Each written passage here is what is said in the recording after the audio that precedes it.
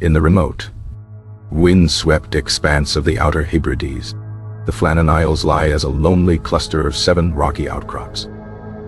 For centuries, these islands were uninhabited, visited only by shepherds for grazing their flocks. The largest of these is Eilean Mor, the Big Isle, a place steeped in folklore and a haunting sense of solitude. It was here, at the very edge of the known world, that a lighthouse was constructed in the final years of the 19th century. The structure was a marvel of engineering, a sentinel of stone designed to guide ships through the treacherous North Atlantic. Its powerful lamp was first lit on December 7, 1899, casting a beam of hope into the unforgiving darkness. 1 year later, in the closing days of 1900, that light would inexplicably go out.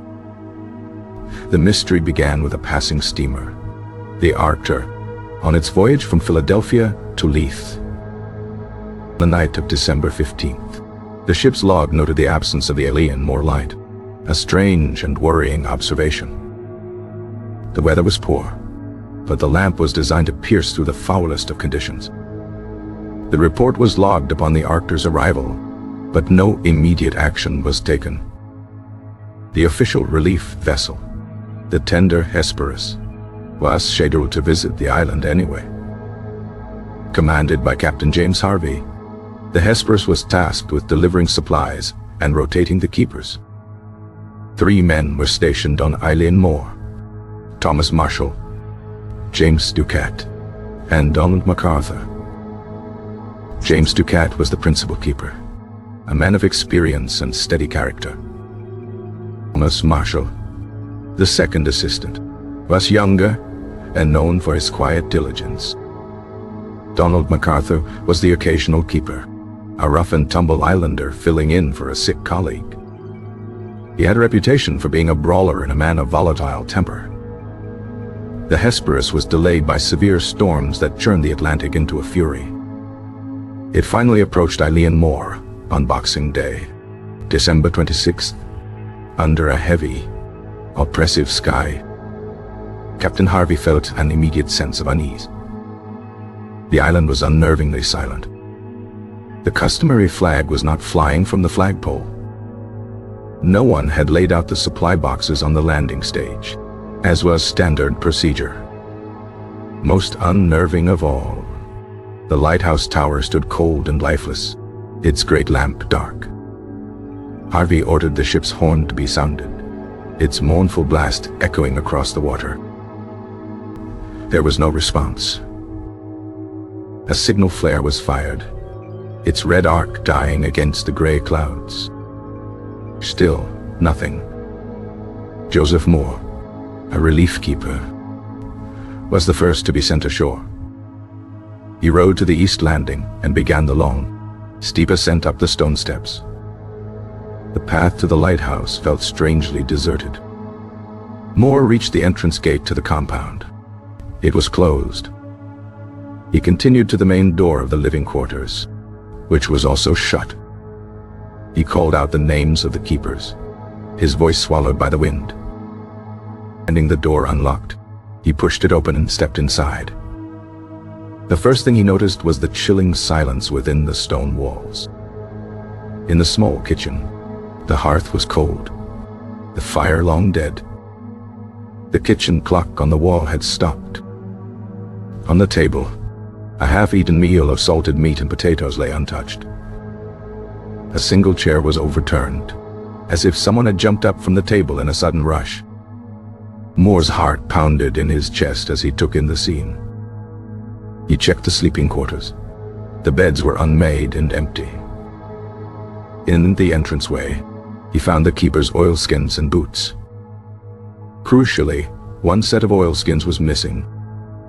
This suggested 2 men had gone out properly dressed for the weather, but one had not. Moore ascended the winding stairs to the lantern room at the top of the tower. Everything there was in perfect order. The lamps had been trimmed and refilled with oil, ready for lighting. The great lens was polished to a shine. The logbook lay open on the desk. The last entry was dated December 15th. The entry spoke of routine duties and weather observations. There was no hint of distress or unusual events. Shaken, Mor returned to the Hesperus to report his findings. Captain Harvey sent 2 more sailors ashore to conduct a thorough search of the small island. They scoured every cliff, every crevice, and every patch of grass. They called out the keepers' names until their voices were raw. They found nothing. The 3 men had vanished from the face of the earth. The Hesperus left Joseph Mor and 3 other sailors to man the lighthouse and returned to the mainland. News of the disappearance sent a shockwave through the Northern Lighthouse Board. Robert Muirhead, the board's superintendent, launched a formal investigation. Muirhead had personally recruited all 3 of the missing men. He arrived at Eilean Mor on December 29th, determined to find answers. His investigation led him to the West Landing, a place of utter devastation. A supply crate, which had been secured 33 meters above sea level, was smashed to pieces. Thick iron railings along the path were bent and twisted out of shape. A railway track set in concrete had been ripped from its moorings. A massive boulder, weighing more than a ton, had been dislodged and moved. The turf on the cliff top, over 60 meters above the waves, had been scoured away to the bare rock. Muirhead saw the evidence and formulated a theory. He concluded that the men had been taken by the sea. He surmised that a series of colossal, freak waves had struck the island during a storm. He believed Tuckett and Marshall had gone down to the landing to secure the equipment. Fine for previously lost equipment might have spurred them to take such a risk. As they worked, a giant wave crashed over the landing, sweeping them away instantly. MacArthur, the occasional keeper, must have seen the disaster from above. In a desperate attempt to help his comrades, he would have rushed out of the lighthouse. This explained why he left without his oilskins, a fatal error. He too was then claimed by another monstrous wave, vanishing into the churning foam. This was the official explanation, a tragic tale of nature's overwhelming power. Yet, for many, this tidy conclusion did not sit right. Questions and inconsistencies lingered like the island's persistent mist. Why would all 3 experienced keepers venture outside at once, against all regulations? The rule was clear. 1 man must always remain inside the lighthouse. Furthermore, some weather reports from the nearby Isle of Lewis suggested the 15th had been calm. How could such a devastating storm have gone unnoticed just a few miles away? The mystery deepened, giving rise to a host of alternative theories. Some whispered of a fight among the keepers. Perhaps MacArthur's infamous temper had finally erupted in the isolated outpost. One theory suggested a brawl on the cliff edge, resulting in a tragic accident. Maybe it was a murder-suicide, with the perpetrator casting himself into the sea after his grim work. Other theories were more outlandish, involving foreign spies and abduction. Could the keepers have stumbled upon a secret and been silenced? The location was strategic, a lonely rock in a busy shipping lane. Then there were the supernatural explanations, born from the island's eerie folklore. Eilean Mor was said to be a place of strange energies, a haunted isle. Some speculated they were taken by a ghost, or perhaps a creature from the deep. A popular, though entirely fabricated, story involved sensational logbook entries. These fake entries described a great storm, the like of which I have never seen. They told of one keeper crying, and the men praying in the face of an unnatural tempest. While these entries added to the legend, they were proven to be a later invention, a piece of fiction. The reality was far quieter, and somehow more terrifying. The official logbook was mundane. Its final entry, a simple note about the weather.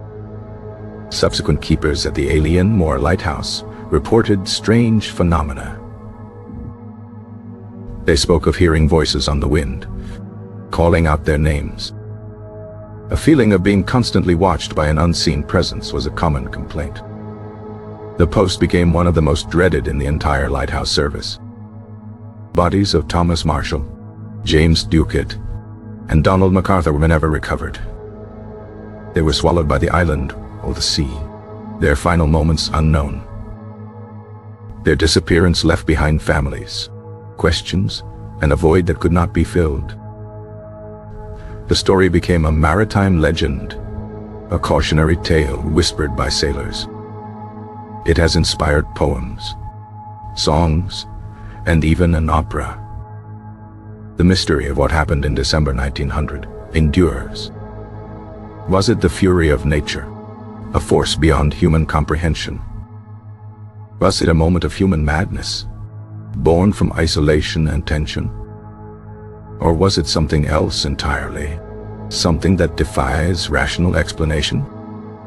The silent, empty lighthouse offers no answers. It only stands as a stone monument to three men who vanished.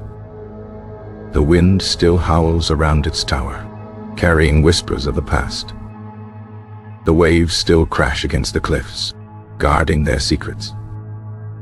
And the mystery of the Eilean Mor Lighthouse remains unsolved. The tale serves as a chilling reminder of the sea's power. It highlights the profound isolation faced by lighthouse keepers. Their lives were a constant battle against the elements and loneliness. The Flannan Isles themselves seem to hold a memory of the event. The very air on the island feels heavy with unspoken history. The official report, for all its logic, feels incomplete. It accounts for the physical evidence but not the human element. The image of the untouched meal is particularly haunting. It speaks of a sudden, final interruption to ordinary life. The overturned chair suggests an immediate, panicked reaction. Was it a cry for help that prompted the rush? Or was it a threat from within the room itself? We can only speculate, filling the silence with our own fears. The lighthouse was automated in 1971. Its keepers no longer needed. Now, it stands completely alone, a machine on a haunted rock. The gulls that cry overhead are its only companions. Their calls sound like questions echoing across the decades. The story of the vanished keepers has become part of the island itself. It is a tale woven into the fabric of Scottish maritime history. A perfect mystery, because it can never be truly solved. The truth lies forever in the silent depths of the Atlantic, or perhaps in the heart of a storm that raged over a century ago. The final moments of the three men remain a blank page in history. And so, the light was lost, and the keepers were lost with it,